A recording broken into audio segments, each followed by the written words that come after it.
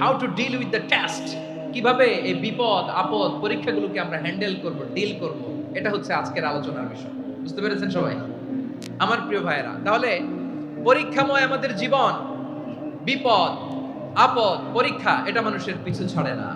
সবার জীবনে পরীক্ষা আছে, নবীদের জীবনেও পরীক্ষা ছিল।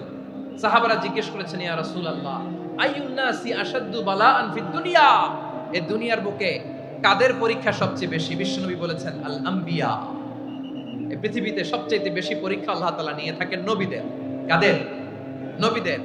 সুম্মাল আমসাল ফাল আমসাল, এরপরে নবীদের পরের স্তরে যারা তাদের পরীক্ষা, এরপরে তাদের পরের স্তরে যারা তাদের পরীক্ষা, সিদ্দিকিনদের, শুহাদাদের, সলিহিনদের, আল্লাহওয়ালাদের। যার ঈমান যত মজবুত তার জীবনে পরীক্ষাও তত বেশি। চিল্লায় বলেন ঠিক কিনা? তাহলে মুমিনরা, বিশ্বাসীরা, আমরা কি পরীক্ষা বিপদ আপদে ভয় পাই? হ্যাঁ, বিপদ দেখলে ভয় লাগে আপনাদের? ভয় লাগে? হ্যাঁ না, মুমিনরা বিপদে ভয় পায় না, তারা হতাশ হয় না, সুবহানাল্লাহ, তারা নিরাশ হয় না। বিশ্বাসীরা হাল ছেড়ে দেয় না, তারা ভরসা রাখে একজনের উপর। চিল্লায় বলতে হবে তিনি কে? কারণ মুমিন জানে the grief isn't permanent, the test isn't permanent, the struggle in our life isn't permanent. আমাদের জীবনের দুঃখ, কষ্ট, স্ট্রাগল এগুলো পার্মানেন্ট নয়। after every difficulties there is an ease, সব কষ্টের পরেই একটা সুখ আছে না নাই? রব্বুল আলামিন বলেন ফা ইন্না মাআল উসরি ইউসরা, ইন্না মাআল উসরি ইউসরা, ভয় পেও না, চিন্তা করো না, কষ্টের সাথেই আমি রেখে দিয়েছি স্বস্তি। সুবহানাল্লাহ বলেন। মুমিন জীবনে বিপদ যত বেশি, কষ্ট যত বেশি, তার সামনে সফলতা তার চেয়েও বেশি। ঠিক কিনা বলেন? কারণ বিশ্বাসীরা জানে রাত্রি যত গভীর হয় সুবহে সাদিকের সময় তত আগাতে থাকে। গর্ভবতী নারীর পেটের ব্যথা যত বাড়তে থাকে, ঘরে নতুন মেহমান আগমনের সময় ঘনাতে থাকে। মুমিনদের উপর বিপদ, অত্যাচার, আপদ, পরীক্ষা যত বাড়তে থাকে, কালেমার পতাকা উড্ডয়নের সময় কাছে আসতে থাকে। বিশ্বাসীদের এগুলো হিসাব মিলানো অনেক আগে, এগুলো অনেক আগে হিসাব মিলানো। দুঃখের আধার শেষে সুখের আলো মিটি মিটি হাসে। চিল্লায় বলেন ঠিক কিনা? দুঃখ যত বেশি, পরীক্ষা যত বেশি, কষ্ট যত বেশি, সুখের সময় তত কাছাকাছি। চিল্লায় বলতে হবে ঠিক কিনা? এজন্য মুমিন জীবনে পরীক্ষা বেশি, মুমিনদের হতাশা নাই, মুমিনরা নিরাশ হয় না, হতাশ হয় কাফিররা। মুমিনরা কখনো হাল ছেড়ে দেয় না, মুমিনরা ভরসা রাখে একজনের উপর, তিনি কে? তাহলে আমার প্রিয় পটুয়াখালীবাসী, বিপদ থাকবে, পরীক্ষা থাকবে, এই বিপদ থেকে আমাদেরকে উদ্ধার করবেন একজন, তিনি কে? আমরা শুধু আল্লাহর উপরই ভরসা রাখবো। রাজি আছেন তো? চাইবো একজন সত্তার কাছে। আওয়াজ করে বলুন তিনি কে? একজন সত্তার কাছে চাইবে। বিশ্বনবী ওনার চাচাতো ভাই আব্দুল্লাহ ইবনে আব্বাস রাদিয়াল্লাহু তাআলা আনহুকে বললেন, ইয়া আব্দুল্লাহ ইবনে আব্বাস, হে আব্দুল্লাহ ইবনে আব্বাস, ইযা সাআলতা ফাসআলিল্লাহ, যখন চাইবে আল্লাহর কাছে যাও। ও আব্দুল্লাহ, যখন চাইবা আল্লাহর কাছে চাও। ওয়া ইযা ইসতাআনতা ফাসতাইন বিল্লাহ, যখন সাহায্য চাইবা আল্লাহর কাছে ফরিয়াদ করো। জেনে রেখো ও আব্দুল্লাহ, ওয়া'লাম আন্নাল উম্মাতা লাউ ইজতামাআত আলা আন ইয়ানফাউকা বিশাইইন লাম ইয়ানফাউকা ইল্লা বিশাইইন ক্বাদ কাতাবাহু আল্লাহু লাক। ও আব্দুল্লাহ, জেনে রেখো, মনে রেখো, গোটা বিশ্বের সবাই মিলে যদি তোমার উপকার করতে চায় ততটুকুই তারা করতে পারবে যতটুকু আল্লাহ তোমার নসিবে সেটা লিখে রেখেছে। ঠিক কিনা বলেন?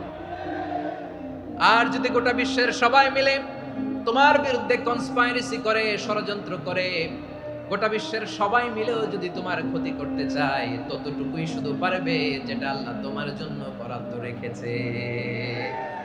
যতটুকু আল্লাহ তাআলা তোমার জন্য বরাদ্দ রেখেছে ততটুকুই ক্ষতি করতে পারবে, আর এক চুল বেশিও করতে পারবে না, কমও করতে পারবে না। চিল্লা বলেন ঠিক কিনা? এজন্য আমরা চাইবো কার কাছে? সবাই বলেন নাই, আওয়াজ করে বলেন কার কাছে?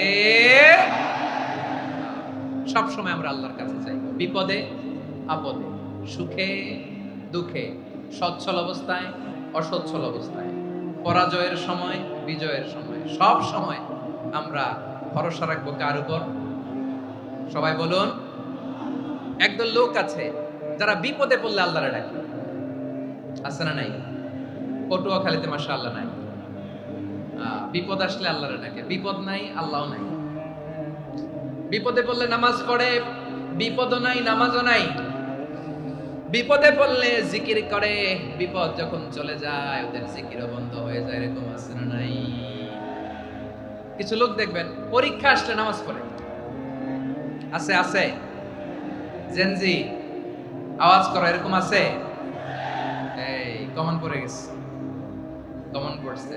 দেখবেন পরীক্ষার সময় নামাজ পড়ে, পরীক্ষাও নাই নামাজও আছে। এরকম কিছু লোক আছে অসুস্থ হলে আল্লাহরে বড্ড ভালোবাসে, আল্লাহরে খুব ডাকে। অসুস্থ হইলে অসুস্থতাও নাই, আল্লাহ স্মরণও নাই। দেখবেন কিছু লোক নির্বাচন আসলে খুব আল্লাহওয়ালা হয়ে যায়। তখন দেখবেন মাথার মধ্যে হেজাব লাগায়, পাঞ্জাবি লাগায়, আল্লাহওয়ালা হয়ে যায়। নির্বাচনও নাই, এরপরে আল্লাহর কথাও নাই। আছে না নাই? না, এরকম হওয়া যাবে না। সব সময় আমরা আল্লাহরে ডাকবো, বিপদে আপদে সব সময় ভরসা রাখবো আমরা একজনের উপর। আওয়াজ করে বলেন, তিনি কে? এ কথায় আল্লাহ তাআলা আমাদের চোখে আঙ্গুল দিয়ে জানিয়ে দিলেন, ফাইদা রাকিবু ফিল ফুলকি দা'আউল্লাহা মুখলিসিনা লাহুদ্দিন ফালাম্মা নাজ্জাহুম ইলাল বাররি ইযা হুম ইউশরিকুন।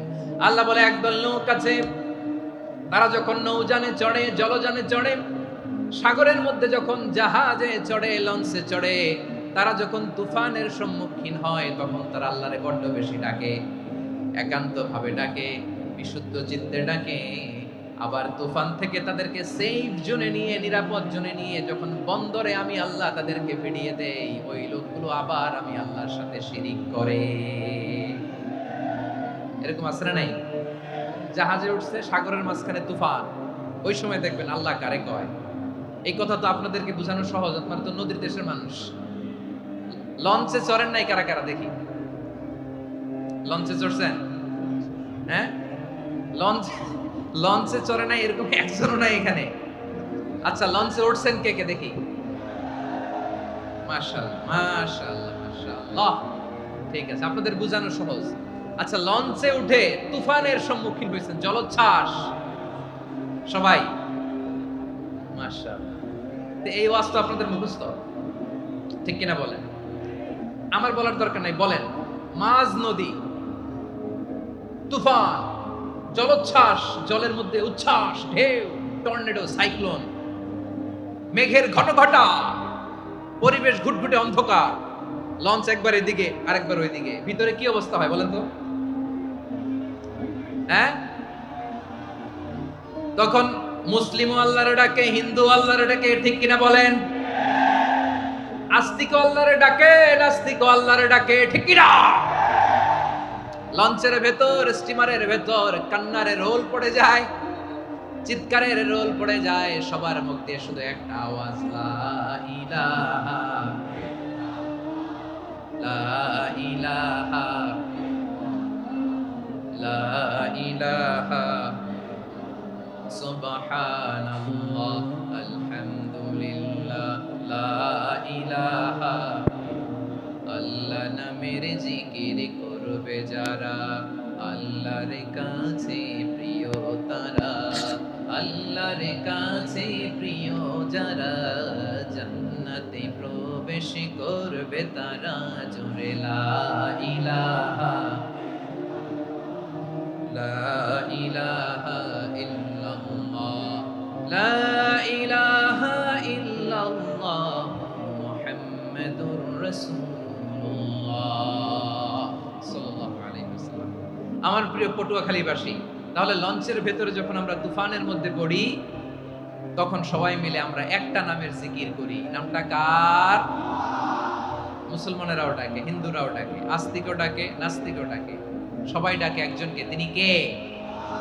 আবার দেখবেন ওই আল্লাহ তুফানের পরে, ঝড়ের পরে ওই লঞ্চটাকে যখন সদর ঘাটে ফিরিয়ে দেয়, আবার আমরা নাফরমানি শুরু করে দেই।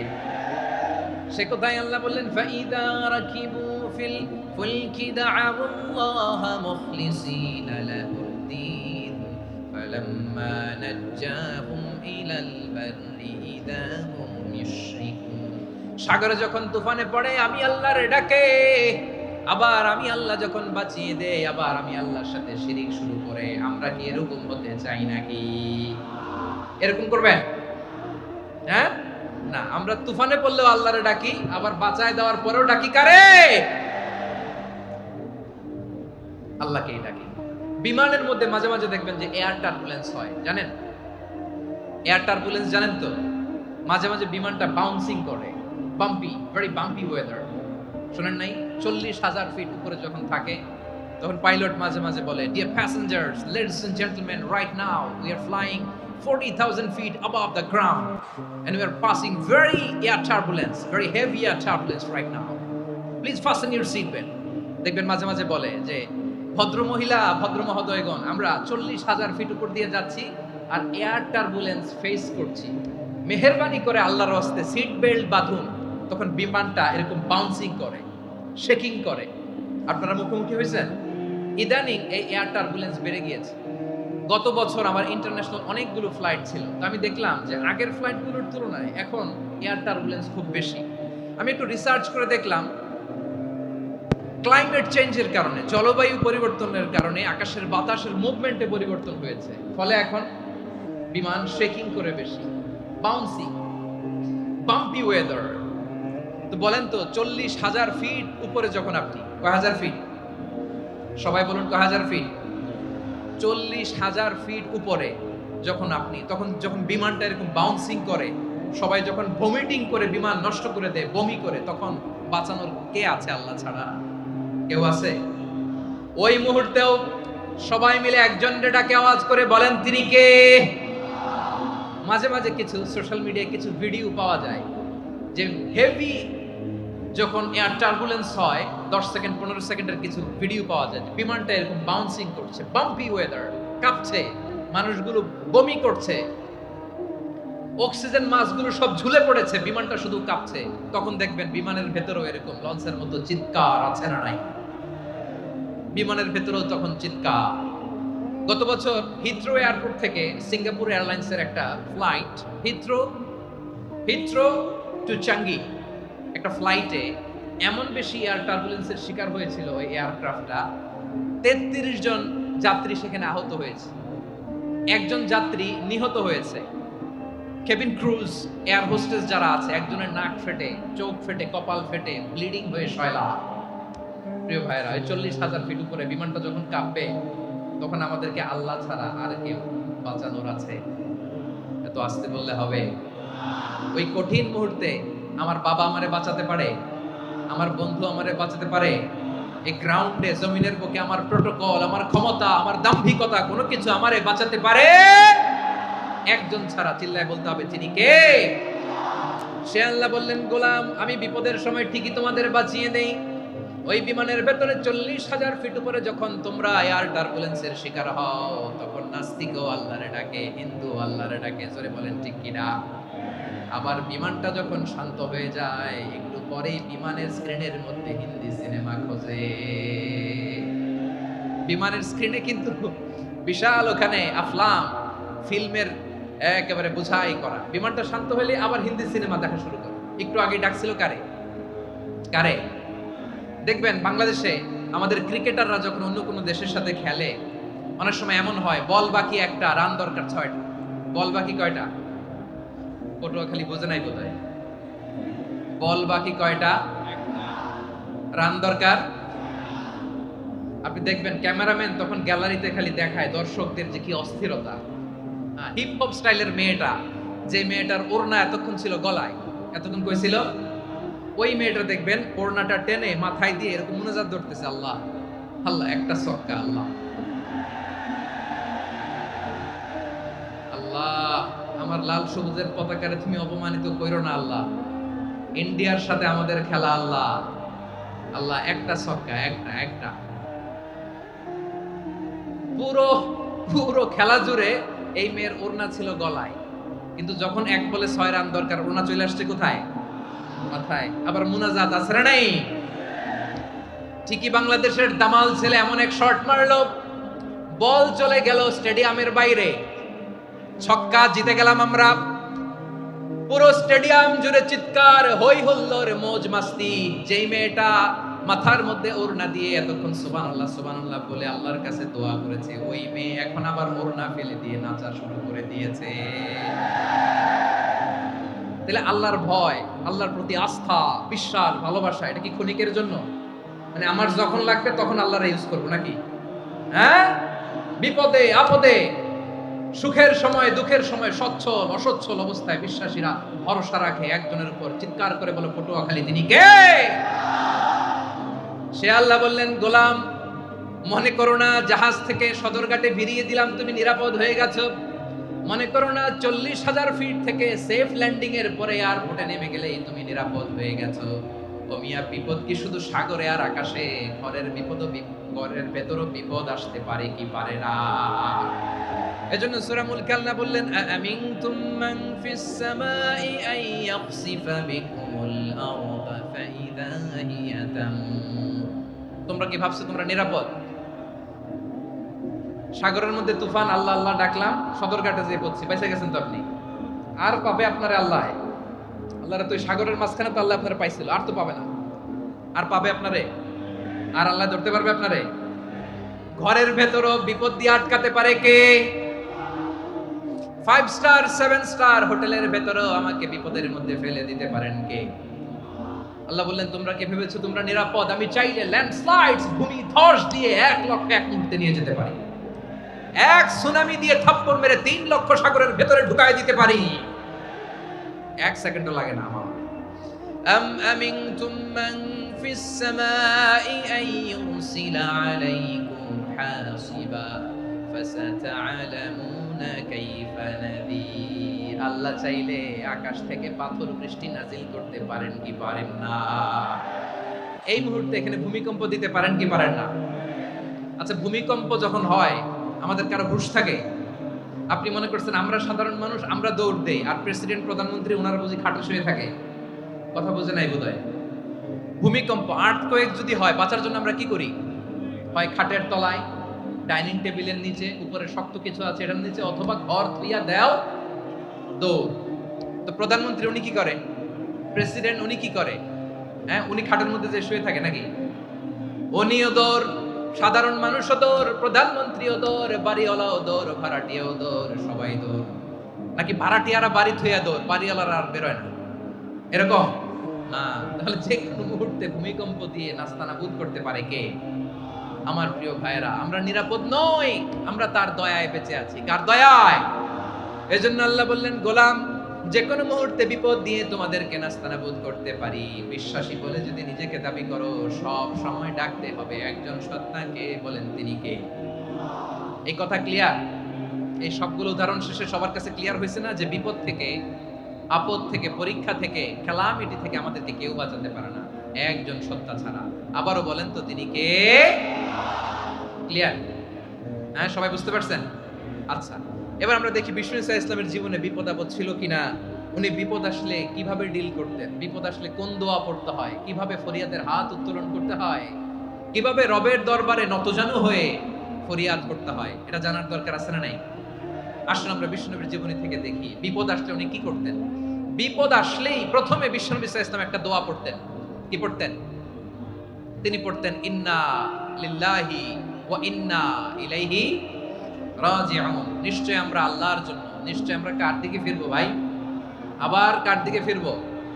আওয়াজ করে বলুন তো, আমরা এসেছি কার কাছ থেকে, আবারও ফিরে যাব কার কাছে? এজন্য বিষ্ণুই পড়ছেন, ইন্না লিল্লাহি ওয়া ইন্না ইলাইহি রাজিউন। নিশ্চয় আল্লাহর জন্য, ওই আল্লাহর দিকেই আমরা ফিরে যাব। তারপরে বিষ্ণুই পড়তেন, আল্লাহুম্মা আজুরনি ফি মুসিবাতি ওয়াখলুফ লি খায়রাম মিনহা। একসাথে প্রথমে পড়তেন ইন্না লিল্লাহি ওয়া ইন্না ইলাইহি রাজিউন, তারপর পরে পড়তেন আল্লাহুম্মা আজুরনি ফি মুসিবাতি ওয়াখলুফ লি খায়রাম মিনহা। মানে আল্লাহ, এই যে আমি বিপদে ধৈর্য ধারণ করলাম, এটার সব তুমি আমারে দাও, আর যেটা হারালাম এর চেয়ে ভালো কিছু দিয়ে মেকআপ করে দিও, ভালো কিছু দিয়ে বদল করে দিও। সুবহানাল্লাহ পড়েন। তাহলে বিপদ আসলে আমরা কি করব? কথা বলেন। এই যে আমি শুয়েছিলাম, নাশিদ গাচ্ছিল ওরা, এদেশে পরস্পরে দেখা হলে দেয় সালাম, এদেশে আমজনতার হৃদয় জুড়ে পাক কালাম, এদেশে বিপদ এলে সর্বজনে সর্বক্ষণে দোয়া পড়ে ইন্না লিল্লাহ, কি পড়ে? সুবহানাল্লাহ সুবহানাল্লাহ সুবহানাল্লাহ সুবহানাল্লাহ। এদেশে আজান শুনে সূর্য ওঠে শহর গ্রামে, এদেশে আজান শুনে সূর্য ডুবে সন্ধ্যা নামে, এদেশে সকল কাজে সবাই বলে বিসমিল্লাহ, এদেশে ভালো কিছু দেখে শুনে হাসি মুখে সবাই বলে মাশাআল্লাহ। সুবহানাল্লাহ পড়েন। তাহলে বিপদ এলে আমরা কি পড়ি? কথা বুঝলে সবাই উত্তর দিতে হবে। বিপদ এলে কি পড়ি? তাহলে বিপদ এলেই আমরা এখন থেকে ইন্না লিল্লাহ পড়ব, নাকি হাই হুতাশ করবেন? একদল আছে হাই হুতাশ করে, হায় আল্লাহ রে মোর কি হইল রে, মুই কি হরমু রে, মুই কমবে যামু রে, আছে না নাই? এরকম বিলাপ করতে নিষেধ করেছেন বিশ্বনবী। কি করব, কই যাব, কি হবে, হায় হায়, এরকম হাহুতাশ আছে না নাই? বিশ্বাসীরা হাহুতাশ করে না, তারা ইন্না লিল্লাহ পড়ে। কি পড়ে মনে থাকবে? আমরা পড়বো ইন্না লিল্লাহি ওয়া ইন্না ইলাইহি রাজিউন। নিশ্চয়ই আমরা আল্লাহর জন্য, আমরা আল্লাহর দিকেই ফিরে যাব। এরপর পড়বো আল্লাহুম্মা আজুরনি ফি মুসিবাতি ওয়াখলুফ লি খায়রাম মিনহা। আল্লাহ, আমি যে বিপদে ধৈর্য ধারণ করলাম এটার সওয়াব দিও, আর যা হারালাম তার চেয়ে ভালো কিছু দিয়ে বদল করে দিও। সুবহানাল্লাহ পড়েন। বিশ্বনবীর হাদিস শুনলেন উম্মে সালামা রাদিয়াল্লাহু তাআলা আনহা। ওনার স্বামী হলো আবু সালামা। মজার ঘটনা খেয়াল করে শুনেন আমার প্রিয় কলিজার টুকরা ভাইয়েরা। কানগুলো খরগোশের কানের মতো খাড়া করে আমার দিকে তাকান। সাইয়্যিদাতুনা উম্মে সালামা রাদিয়াল্লাহু তাআলা আনহা, ওনার স্বামীর নাম আবু সালামা। শ্রেষ্ঠ দম্পতি, শ্রেষ্ঠ ফ্যামিলি। প্রথমে হিজরত করেছিলেন হাবাসায়, পরে হিজরত করেছেন মদিনায়। উহুদ যুদ্ধের পরে ওনার স্বামী আবু সালামা ইন্তেকাল করলো, শহীদ হলো। সুবহানাল্লাহ পড়েন। যখন আবু সালামা ইন্তেকাল করলো, উম্মে সালামা রাদিয়াল্লাহু তাআলা আনহা কেঁদে কেঁদে হয়রান। আর নবীর শিখানো বাণী অনুযায়ী তিনি বারবার পড়ছিলেন ইন্না লিল্লাহ। কি পড়ছিলেন? জামু কি হরমু এগুলো বলে নাই, কি বলছে? ইন্না লিল্লাহ। যেহেতু বিশ্বনবী বলেছেন কেউ যদি বিপদের প্রথম ধাক্কায় পড়ে ইন্না লিল্লাহি ওয়া ইন্না ইলাইহি রাজিউন, আল্লাহুম্মা আজুরনি ফি মুসিবাতি ওয়া আখলুফ লি খায়রাম মিনহা, তাহলে এই বিপদে যে সে যা হারালো তার চেয়ে শ্রেষ্ঠ কিছু দিয়ে আল্লাহ তার বদল দিয়ে দিবে। এই হাদিস শুনে উম্মে সালামা রাদিয়াল্লাহু তাআলা আনহা, ওনার প্রাণ প্রিয় স্বামী আবু সালামার ইন্তেকালের পরে চোখের পানি ছাড়ে আর পড়ে ইন্না লিল্লাহি ওয়া ইন্না ইলাইহি রাজিউন, আল্লাহুম্মা আজুরনি ফি মুসিবাতি ওয়া আখলুফ লি খায়রাম মিনহা। বারবার এই দোয়া পড়ে চোখের পানি ছাড়ে, এই দোয়া পড়ে চোখের পানি ছাড়ে। আর মনে মনে বলে আবু সালামার মতো ভালো মানুষ মদিনাতে নাই, আবু সালামার চেয়েও ভালো মানুষ মদিনাতে নাই। তার চেয়ে ভালো মানুষ কি করে আল্লাহ তাআলা আমারে দিবে? তার চেয়ে ভালো মানুষ তো আমি মদিনাতে দেখি না। চোখের পানি দিয়ে বুক ভাসায় আর নবীর হাদিসের উপর আমল করে পড়ে ইন্না লিল্লাহি ওয়া ইন্না ইলাইহি রাজিউন, ইন্না লিল্লাহি ওয়া ইন্না ইলাইহি রাজিউন। পড়তে পড়তে চোখের পানি ছাড়ে আর চিন্তা করে বিশ্বনবী বললেন এই দোয়া পড়লে যেটা হারালাম তার চেয়ে ভালো কিছু দিয়ে আল্লাহ পুরস্কার দেয়। আবু সালামের চেয়ে ভালো মানুষ মদিনার মধ্যে আর কে হতে পারে? কি আজীব তামাশা, কি অবাক করা ঘটনা। কিছুদিন পরে দেখা গেল সাইয়্যিদুল মুরসালিন রাহমাতাল লিল আলামিন স্বয়ং বিশ্ব নবী উম্মে সালামাকে বিয়ের প্রস্তাব পাঠিয়েছে। স্বয়ং বিশ্ব নবী উম্মে সালামা রাদিয়াল্লাহু তাআলা থেকে বিয়ের প্রস্তাব পাঠিয়েছেন। উনি রাজি হয়ে গেলেন, বিয়ে হয়ে গেল। উনি হয়ে গেলেন উম্মুল মুমিনিন, আমাদের মা, পুরো মুসলিম উম্মার মা। চিৎকার করে বলেন আল্লাহু আকবার। তাহলে আমার প্রাণ প্রিয় ভাইয়েরা, বিপদে পড়লে আমরা পড়বো ইন্না লিল্লাহি ওয়া ইন্না ইলাইহি রাজিউন, আল্লাহুম্মা আজুরনি ফি মুসিবাতি ওয়া আখলুফ লি খায়রাম মিনহা। পড়বেন? পড়বেন না? যারা যারা বিপদ আসলে এই দোয়াটা পড়বেন এখন থেকে আওয়াজ করে ইনশাআল্লাহ বলেন। যা হারাইছেন তার চেয়ে শ্রেষ্ঠ জিনিস দিয়ে বদলা দিবে কে? বিশ্বাস হয়? একটু সন্দেহ লাগে মনে হয়, একটু সন্দেহ আছে? যাদের বিশ্বাস হবে তাদেরকে আল্লাহ উত্তম বদলা দিবে, ঠিক কিনা বলেন? তাহলে বিপদে পড়লেই প্রথমে আমরা এটা পড়ব। দোয়াগুলো যদি এখন মুখস্থ না হয়, এই যে রেকর্ডিং হচ্ছে পেয়ে যাবেন, কালকেই পেয়ে যাবেন। শুনে শুনে মুখস্থ করবেন। আমার মায়েরা, আমার বোনেরা, আপনাদের জন্য 3টি মাঠের অ্যারেঞ্জমেন্ট করা হয়েছে, আমি জানি। আপনারাও এই দোয়াগুলো পড়বেন, আপনার স্বামীকে শেখাবেন, সন্তানকে শেখাবেন, আপনার পুরো পরিবারটাকে জান্নাতের টুকরো বানিয়ে দিবে কে? তাহলে বিপদ আসলে প্রথমে কি পড়তে হবে এটা জেনে গেলাম। এরপরে বিপদ আসলে নিজেকে কি করে আল্লাহর কাছে সঁপে দিতে হয় এটাও জানার দরকার আছে না নাই? বিপদে প্রথমে ইন্নালিল্লাহ করলাম, ধৈর্য ধারণ করলাম, বিপদ থেকে উদ্ধারের সর্বোচ্চ চেষ্টা করলাম। আমার কাজ যখন শেষ তখন আমি আমার এই বিষয়টা আল্লাহর কাছে সঁপে দিব। কার কাছে সুপর্দ করব? কার কাছে? বিপদে বললে কেমন করে নিজেকে আল্লাহর কাছে সঁপে দিতে হয় আসুন সাইয়েদনা ইব্রাহিম আলাইহিস সালামের জীবনী থেকে জানি। আল্লাহর খলিল ইব্রাহিম আলাইহিস সালাম আমাদের মতো সমাজ ব্যবস্থা পায় নাই। আমরা জন্মের পরে আমাদের কানের ভেতরে আযান দিয়েছে কে? একামত দিয়েছে কে? আমাদের বাপ-দাদারা আমাদের কানে আযান দিয়েছে কি দেয় নাই? আমাদের জন্মের পরেই তো আযান, একামত, বাড়ির পাশে মসজিদ, প্রতিদিন আযান, জুমার খুতবা, প্রতি মাসে মাসে তাফসীরুল কোরআন মাহফিল, মসজিদ, মিনারা, অভাব নাই। ঠিক কিনা বলেন? আপনি যেই সুন্দর ইসলামিক এনভায়রনমেন্ট পেয়েছেন, আমাদের ইব্রাহিম খলিল উনিও কি এরকম পেয়েছিলেন? হ্যাঁ, উনি জন্মের পর পরে ওনার কানে আযান দিয়েছে কেউ? আমার প্রিয় ভাইরা, আগা গোড়া একটা শিরকি পরিবেশ উনি জন্মগ্রহণ করেছেন। উনি ছাড়া ওই তল্লাটে একজনও আল্লাহর উপর বিশ্বাসী নাই। কল্পনা করতে পারেন? গোটা তল্লাটে, গোটা দেশে বিশ্বাসী মুমিন, আল্লাহর উপর বিশ্বাস স্থাপনকারী কয়জন? সবাই বলেন কয়জন? বাকি সব মুশরিক। বাকি সব মুশরিক নিজের সাথে নিজে শক্ত বোঝাপড়া করে, অ্যানালজি করে, সেলফ কনভারসেশন করে উনি মহা সত্যের সন্ধান পেয়েছে। উনি আকাশের তারা দেখে ভাবে মনে হয় এটাই আমার খোদা। ওরা দেখে তারা নাই, মনে মনে বলে না তাইলে এটা না। আবার চাঁদ দেখে বলে চাঁদটা বড় মায়া লাগে, মনে হয় এটাই আমার রব। পরে দেখে চাঁদও নাই, কয় না এটা না। এরপরে দ্বীপ প্রহরের জলজলে সূর্যটা খাঁ খাঁ করে গোটা পৃথিবীটারে রৌদ্র দিয়ে তাতিয়ে রাখে। তিনি ভাবলেন মনে হয় এটাই আমার রব, কারণ এটাই তো সবচেয়ে বড়। কিন্তু বিকেল বেলা ওই সূর্যটাও যখন চলে যায়, সাইয়েদনা ইব্রাহিম বলে না এটাও তো নাই। আমার খোদা যদি আমারে ছেড়ে চলে যায়, বিপদে পড়লে আমারে উদ্ধার করবে কে? এভাবে নিজের সাথে অ্যানালজি, সেলফ কনভারসেশন করতে করতে করতে তিনি মহা সত্যের সন্ধান পেয়েছেন। সুবহানাল্লাহ।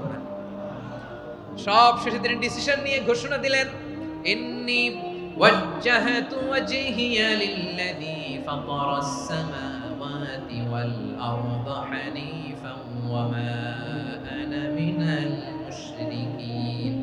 নিশ্চয় আমি এমন সত্তার দিকে মনোনিবেশ করলাম, মুখাপেক্ষী হলাম, যিনি আকাশ বানিয়েছেন, জমিন বানিয়েছেন, আমি মুশরিক নই। সুবহানাল্লাহ। পারতেন? আপনি পারতেন? কেউ নাই, লক্ষ লক্ষ মুশরিক, আপনি একা। ওনার মতো এরকম বিচক্ষণতা দিয়ে আল্লাহরে খুঁজে পাইতে পারতেন আপনি? কি নবী ছিল, আল্লাহকে খুঁজে পেয়েছে। যখন আল্লাহর ইবাদত শুরু করলো, এই কথা ছড়ায় পড়লো চারদিকে। নমরুদ সাইয়েদনা ইব্রাহিমকে ডেকে পাঠালেন। নমরুদ বলে, ইব্রাহিম তুমি নাকি মূর্তির পূজা না করে কোন নতুন রবের ইবাদত করো, কে তোমার রব? সাইয়েদনা ইব্রাহিম বললেন, রব্বি আল্লাযী ইউহয়ী ওয়া ইউমীত, আমি এমন রবের ইবাদত করি যিনি জীবন দেন, যিনি মৃত্যু দেন। নমরুদ বলে, তাই নাকি? তোমার রব জীবন দেয়, মৃত্যু দেয়? আর এটা তো আমি দেই, আমিও তো জীবন দেই, আমিও তো মৃত্যু দেই। সাইয়েদনা ইব্রাহিম বললেন, কেমন করে তুমি জীবন দাও, মৃত্যু দাও, একটু দেখাও তো। নমরুদ জেলখানা থেকে দুজন কয়েদিকে ডেকে আনলো। কয়েদি এনে অর্ডার করলো, একটাকে এখনই শিরোচ্ছেদ, হেড অফ, ডেথ পেনাল্টি, মৃত্যুদণ্ড দেয়া হলো, ফিনকি দিয়ে রক্ত বের হলো। নমরুদ বলে, দেখো দুজনকে ধরে আনলাম, একজন কয়েদিকে দিলাম ডেথ পেনাল্টি, মৃত্যুদণ্ড। মুহূর্তের মধ্যে আল্লাহর খলিল ইব্রাহিম বললেন, ফাইন্নাল্লাহা ইয়াতি বিশ-শামসি মিনাল মাশরিকি ফাতি বিহা মিনাল মাগরিব ফাবুহিতাল্লাযী কাফার। আল্লাহর খলিল ইব্রাহিম বললেন, নমরুদ বুঝলাম তুমি জীবন দাও, মৃত্যু দাও, দেখলাম, কিন্তু আমার রব, আমার আল্লাহ প্রতিদিন সকালবেলা উষা লগ্নে ওই পূর্ব দিগন্ত থেকে সূর্যটাকে উদিত করেন, সাঁঝের বেলা, বিকেল বেলা, গধূলি লগ্নে, সন্ধ্যা বেলা ওই দ্বিপ্রহরের জল জলে সূর্যটাকে পশ্চিম দিগন্তে ডুবিয়ে দেন। মানে সকালবেলা পূর্ব দিক থেকে উদিত করা সূর্যটাকে পশ্চিম দিকে বিকেলে তিনি ডুবিয়ে দেন। তুমি যদি পারো ওই সূর্যটাকে পশ্চিম দিক থেকে উদিত করে পূর্ব দিকে ডুবিয়ে দাও। সুবহানাল্লাহ পড়বেন না? দেখেন, ইনস্ট্যান্ট ইন্টেলেক্ট, মুহূর্তে বিচক্ষণতা, উইজডম কাকে বলে? নমরুদ পারবে? নমরুদের বাপ পারবে? ওর দাদা, ওর 14 গোষ্ঠী, গোটা বিশ্বের সব ক্ষমতাধর রাষ্ট্রনায়করা একসাথে হলে পারবে? ফাবুহিতাল্লাযী কাফার পারে নাই। ব্যর্থ হয়েছে, এবার তেলে বেগুনে জ্বলে উঠেছে, রেগে মেগে আগুন বলে ফালকুহু ফিল জাহিম। ওর সাথে তর্ক নাই, না পেরে এবার এটা আগুনে ফেলা। বিশাল বিশাল গাছ কেটে লাকড়ি এনে আগুনের কুণ্ডলি বানানো হলো, দাও দাও দাও দাও করে আগুন জ্বলে। আল্লাহর খলিল ইব্রাহিমকে আগুনে নিক্ষেপ করা হবে। আল্লাহর খলিল সাইয়েদনা ইব্রাহিমের হাতের মধ্যে রশি দিয়ে টাইট করে বাঁধা হলো, পায়ের মধ্যেও টাইট করে রশি দিয়ে বাঁধা হলো। আল্লাহর খলিল ইব্রাহিমকে আগুনের কুণ্ডলির মধ্যে ফেলা হবে। ওমিয়া, আপনি যে বিপদের কারণে ভয় পান, হতাশ হন, এটা কোনো বিপদ ওনার বিপদের সামনে? পটুয়াখালী আওয়াজ করে বলুন, সাইয়েদনা খলিল ইব্রাহিমের বিপদের সামনে আমাদের বিপদগুলো কোনো বিপদ? এটা কোনো বিপদই না, এটা কোনো বিপদই না। হাত পা বেঁধে টাইট করে নিক্ষেপ করা হবে, সিম্পলি ফেলা যাবে না, কারণ দাও দাও করে দ্য ব্লেজিং ফায়ার, এমন আগুনের কুণ্ডলি কাছে যাওয়া যায় না, আগুনের উত্তাপে নিক্ষেপ করা হবে। হাতে রশি বেঁধে পায়ে রশি বেঁধে আল্লাহর খলিল ইব্রাহিম আলাইহিস সালামকে আগুনের মধ্যে নিক্ষেপ করা হবে। আহা, এটার বলে অগ্নি পরীক্ষা। উনি অগ্নি পরীক্ষার সম্মুখীন হয়েছে, এজন্য কঠিন পরীক্ষাকে আমরা অগ্নি পরীক্ষার সাথে তুলনা করি, ঠিক কি না? সাইয়েদনা জিবরাইল এসে বললেন, ও আল্লাহর খলিল, ওরা তো আপনার হাতও বেঁধে ফেললো, পাও বেঁধে ফেললো, নড়াচড়ার সুযোগ নাই, বলেন আমি জিবরিল ফেরেশতা আপনার জন্য কি করতে পারি? আল্লাহর খলিল ইব্রাহিম বলেন, ও জিবরাইল, তোমার কাছে আমার কোনো চাওয়া পাওয়া নাই। সুবহানাল্লাহ বলেন। তোমার কাছে বলার কিছু নাই, তোমার সাহায্যের আমার দরকার নাই। সাইয়েদনা ইব্রাহিম আলাইহিস সালামকে হাতে পায়ে রশি বেঁধে হাত পা বাঁধা অবস্থায় জ্বলন্ত অগ্নিকুণ্ডে যখন নমরুদের দলবল নিক্ষেপ করবে, আল্লাহর খলিল কিভাবে নিজেকে আল্লাহর কাছে সঁপে দিয়েছেন, পটুয়াখালীর ভাইরা খেয়াল করে শুনুন। হাত পা বেঁধে আল্লাহর খলিলকে যখন নিক্ষেপ করা হবে, তিনি মুখ ফুটে বলে ফেললেন, হাসবুনাল্লাহু ওয়া নি'মাল ওয়াকিল। হাসবুনাল্লাহু ওয়া নি'মাল ওয়াকিল, আমার জন্য আল্লাহই যথেষ্ট, আমার জন্য আল্লাহই যথেষ্ট। তিনি আমার সবচেয়ে বড় গার্ডিয়ান, তিনি আমার সবচেয়ে বড় অভিভাবক। জিব্রাইলের সাহায্যে রফারকে ফিরিয়ে দিলেন, দুনিয়ার বুকে কারো কাছে কিছু বলেন নাই, মুখ ফুটে বলেছেন হাসবুনাল্লাহ। ও আমার পটুয়াখালীর প্রাণের ভাইয়েরা, খেয়াল রাখবেন, কোন বান্দা তার হাতে থাকা সব চেষ্টাটুকুন করার পরে মুখ ফসকে মুখ দিয়ে যখন বলে ফেলে হাসবুনাল্লাহ, বান্দা যখন হাসবুনাল্লাহ বলে ফেলে, ওই ব্যাপারটা ডিল করার দায়িত্ব স্বয়ং আল্লাহ আরশের উপর থেকে নিয়ে নেয়। আপনি যখন বলে ফেলবেন হাসবুনাল্লাহ, এটা ডিলিং করবে কে তখন? চিল্লায় বলেন না, তিনি কে? বান্দা তার সাধ্যের সবটুকু চেষ্টার পরে নতজানু হয়ে যখন বলবে হাসবুনাল্লাহ, আল্লাহ তুমি আমার জন্য যথেষ্ট, নি'মাল ওয়াকিল, তুমি আমার শ্রেষ্ঠ অভিভাবক, তখন